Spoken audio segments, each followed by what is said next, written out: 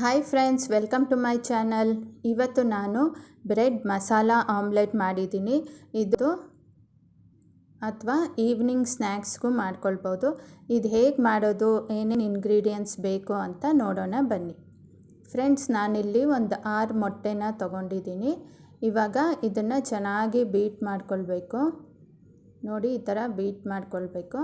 So beet ಮಾಡ್ಕೊಂಡು ಆಗಿದೆ. ಇವಾಗ ರುಚಿಗೆ ತಕ್ಕಷ್ಟು ಉಪ್ಪು ಹಾಕ್ಕೊಳ್ತಾ ಇದ್ದೀನಿ.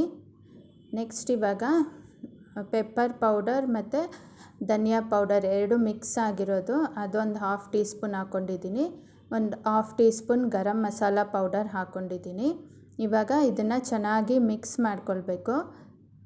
ನೆಕ್ಸ್ಟ್ ಇವಾಗ ಈರುಳ್ಳಿ ಹಾಕ್ಕೊಳ್ತಾ ಇದ್ದೀನಿ. ನಾನಿಲ್ಲಿ 2 ಮೀಡಿಯಮ್ ಸೈಜ್ ಈರುಳ್ಳಿನ ಚಿಕ್ಕದಾಗಿ ಕಟ್ ಮಾಡ್ಕೊಂಡಿದ್ದೆ, ಅದನ್ನು ಹಾಕ್ಕೊಂಡಿದ್ದೀನಿ. ನೆಕ್ಸ್ಟ್ ಇವಾಗ ಟೊಮೆಟೊ, ಅದು ಮಧ್ಯದ್ದು ಸಾಫ್ಟಾಗಿರುತ್ತಲ್ಲ ಅದನ್ನೆಲ್ಲ ತೆಗೆದ್ಬಿಟ್ಟು ಒಂದು ಚಿಕ್ಕ ಟೊಮೆಟೊನ ಚಿಕ್ಕ ಪೀಸಾಗಿ ಮಾಡ್ಕೊಂಡಿದ್ದೆ, ಅದನ್ನು ಹಾಕ್ಕೊಂಡಿದ್ದೀನಿ.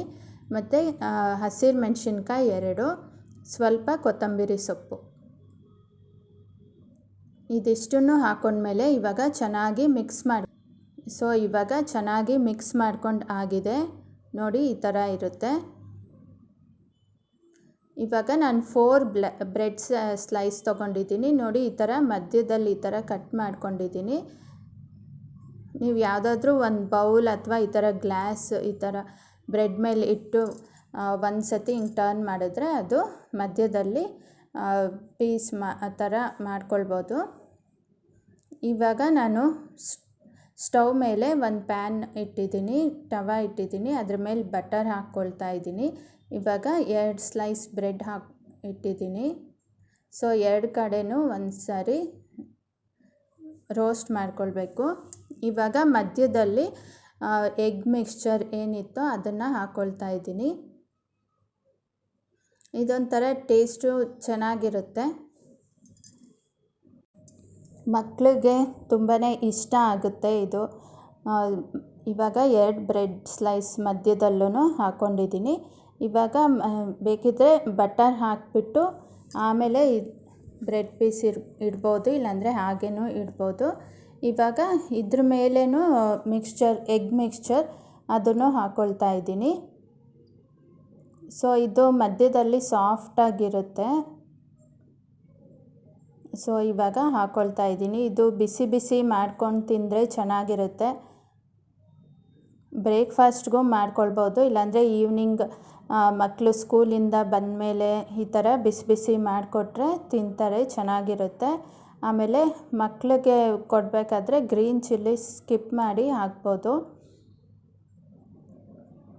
ಸೊ ಇವಾಗ ಇದನ್ನು ಎಲ್ಲ ಹಾಕ್ಕೊಂಡಾದ್ಮೇಲೆ ಒಂದು 2 ಮಿನಿಟ್ಸ್ ಆದಮೇಲೆ ಟರ್ನ್ ಮಾಡ್ಕೊಳ್ತಾ ಇದ್ದೀನಿ.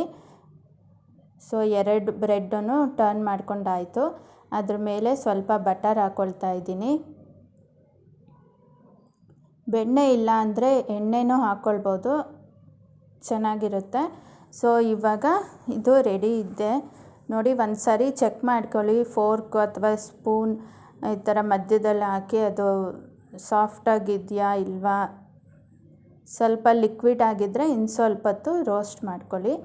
ಇವಾಗ ರೆಡಿ ಆಗಿದೆ. ಇವಾಗ ಒಂದು ಪ್ಲೇಟ್ಗೆ ತೆಗೆದಿಟ್ಕೊಳ್ತಾ ಇದ್ದೀನಿ. ಸೊ ಫ್ರೆಂಡ್ಸ್, ಇವಾಗ ನಾನು ಇದನ್ನು ಕಟ್ ಮಾಡಿದ್ದೀನಿ. ಹಾಗೇನೂ ತಿನ್ಬೋದು, ಇಲ್ಲದಿದ್ದರೆ ಈ ಥರ ಕಟ್ ಮಾಡಿ ತಿನ್ಬೋದು.